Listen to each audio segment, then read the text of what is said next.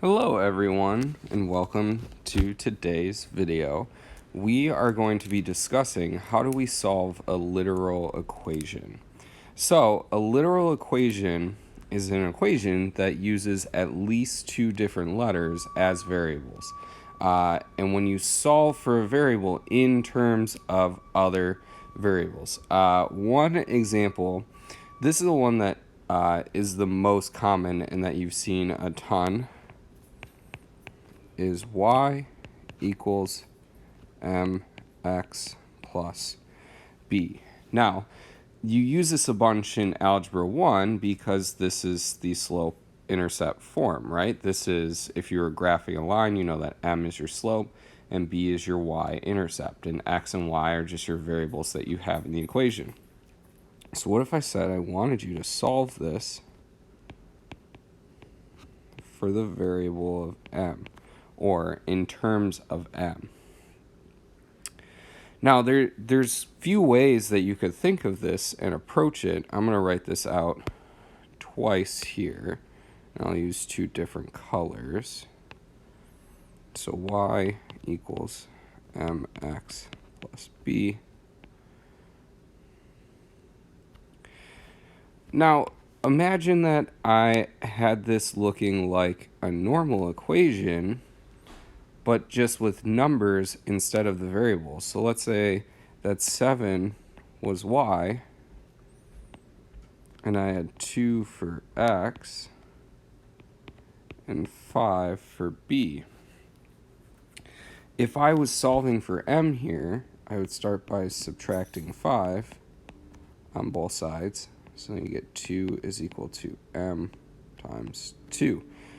Now on the other side, where it's just in variables, I would subtract b from both sides, but because y and b are not like terms, I'm going to leave it as y minus b is equal to mx, or you could have m times x. You don't need the dot in the middle.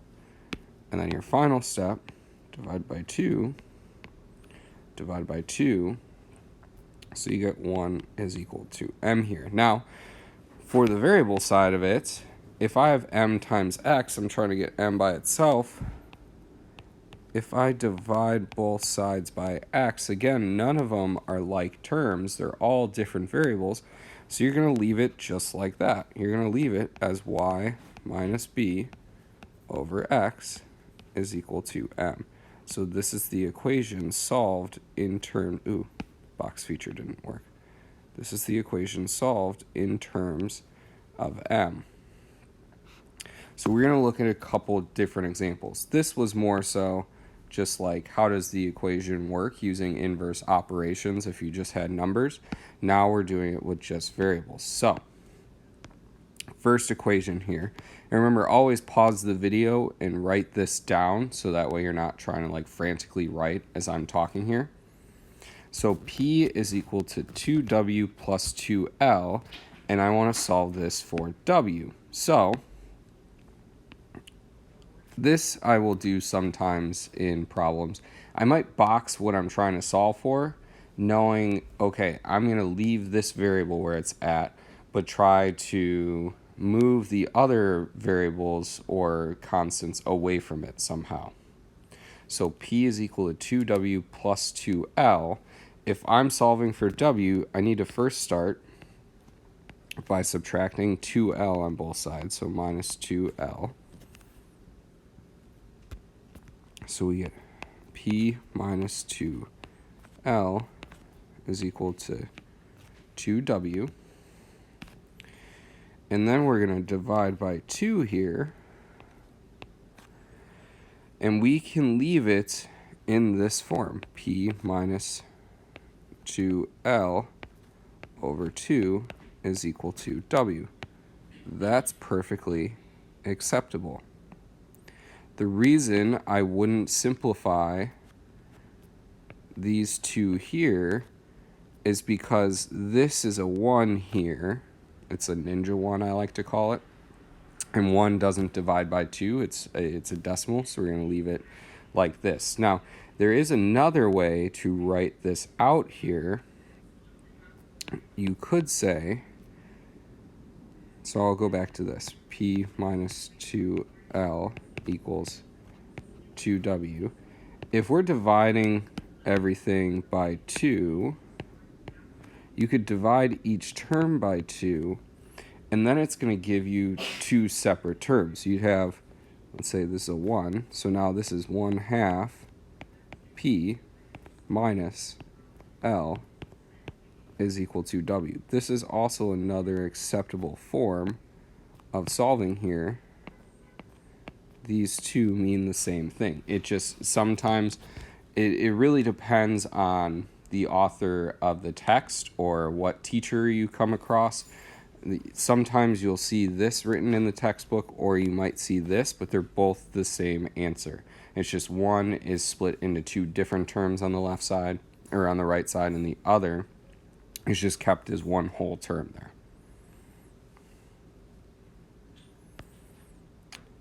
Moving on. Example number 2. A is equal to 1/2 H times B sub 1 plus B sub 2. So, what is this the formula for? Go ahead and shout it out. Yeah, if you said that this is the area formula for a trapezoid, absolutely, you were correct here. Now, I want to solve this for B sub 1. So I'm going to try to get this B sub 1 by itself. Now the question is, how do I do that? There is a couple things that we have to do first, and because B sub 1 and B sub 2 are inside the parentheses here, I have to leave those until the end. So we have to get rid of this 1/2 H first. Now I'm going to rewrite out this equation. A is equal to 1/2 H times B sub 1 plus B sub 2. To get rid of this 1/2, rather than dividing by a fraction, we can instead multiply it by the reciprocal. And the reciprocal of 1/2 being 2/1, so I can multiply both sides by 2, and that's going to cancel out this fraction here. So now I'm left with 2A is equal to H times B1 plus B2. Now, a lot of students will see the variable in front of the parentheses there, and they know that that variable H is being distributed, but rather than distribute H to B1 and B2 and then have to divide by H again, I can just get rid of it by saying, well, if I divide both sides by H to cancel that out,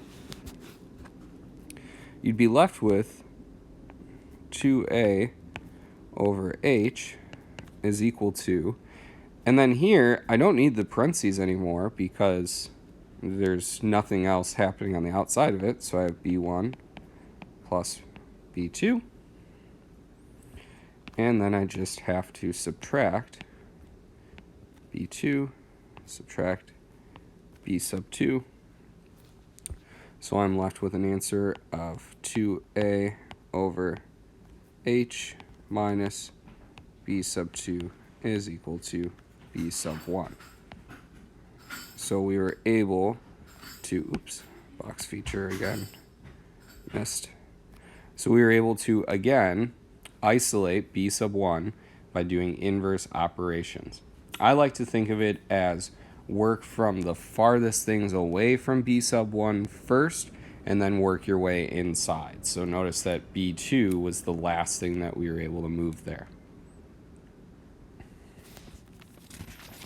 Moving on to our next example here. I have 3/7 times y plus 2 is equal to g, and I want to solve for y. So again, I'm going to put a box around this y. You don't have to do this every time, but sometimes it's helpful. Well, you should pause the video here, try this on your own to start, and then come back and watch how I do it, and let's compare. So pause the video, pause it now, give this one a try. All right, welcome back. So you pause the video, you gave this one a try. Your first step that you should have done, because y plus 2 is inside the parentheses, you need to get rid of that 3/7 first. There's two ways to approach it. You could say, okay, I will divide everything by 3/7, or you could instead multiply by the reciprocal. Instead of dividing by fractions, multiplying by the reciprocal can sometimes be easier because, you know, who likes to divide by a fraction? You'd have like 4 different layers if you're doing a fraction divided by a fraction. So I'm going to rewrite this equation. 3/7 times y plus 2 equals g. So I'm going to start by multiplying both sides by the reciprocal. 7/3. 7/3. That's going to turn this into 1, so I'm not worried about that fraction anymore. So I get y plus 2 here is equal to 7/3 g. And then we just subtract 2. Subtract 2. So y is equal to 7/3 g minus 2.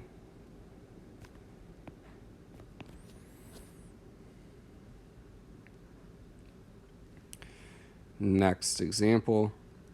And again, I'm going to have you copy down this example and solve it first. So y over m plus 3 is equal to n, and I want you to solve for y. So you're going to get this y by itself. So pause the video here. You should have paused the video. If you haven't paused the video yet, please pause the video. All right, so you solve this on your own. If we're solving for m, the first thing that we should actually do is subtract 3 on both sides, because then we're left with y over m is equal to n minus 3. And then to get rid of that dividing by m, you want to multiply both sides by m. Now here's the thing you have to be careful with, and I'm going to make a little note here. Use parentheses.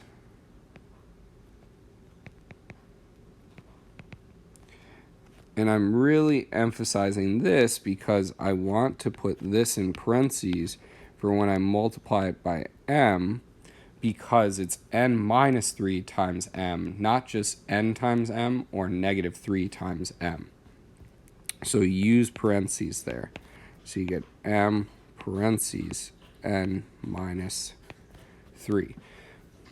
You could distribute it if you want. I just think that that's a waste of time, and you could just use parentheses and you're simply bringing that m over by multiplying. So you get y is equal to m times n minus 3.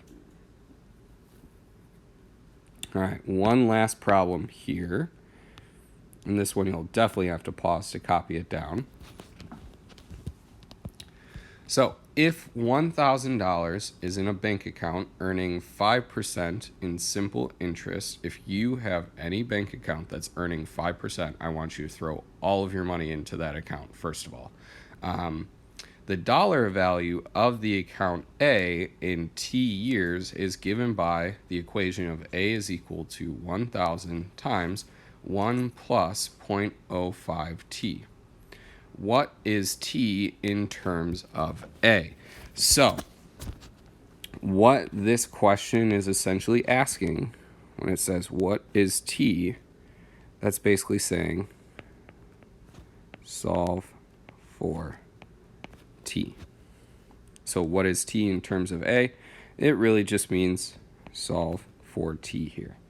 Now, the word problem in itself is explaining what the different pieces of this equation are. You really just need the equation itself. A equals 1,000 times 1 plus 0.05 T. And you just have to know that you're solving for this t here. So we're going to try to get t by itself. We've seen a couple examples like it so far. So I'm first going to start by dividing both sides by 1,000. Divided by 1,000 here. So we get a over 1,000 is equal to, I can get rid of the parentheses there, so I'd just be left with 1 plus 0.05 t.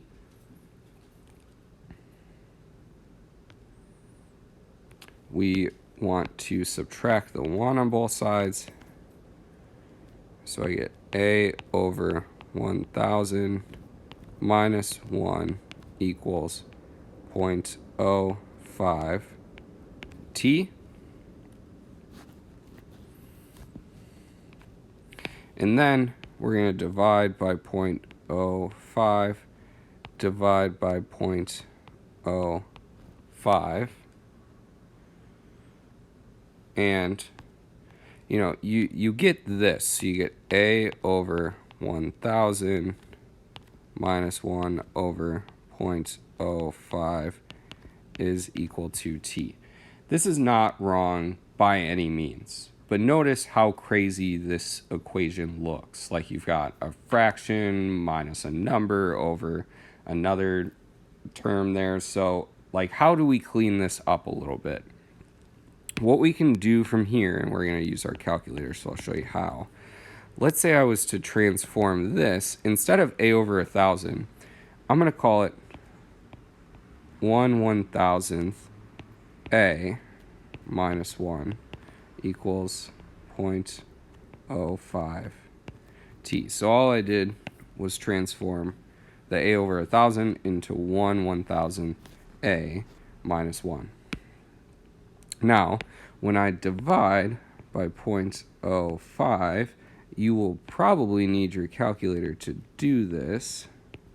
I'm going to divide both terms by 0.05, so let me pull up my calculator here on the side. There we go. I'll zoom in so we can see it.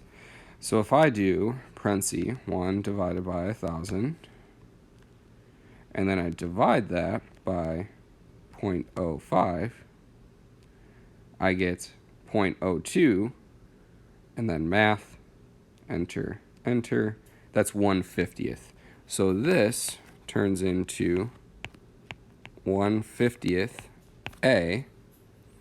And now let's do 1 divided by 0.05, and I get 20. So this turns into minus 20 is equal to t.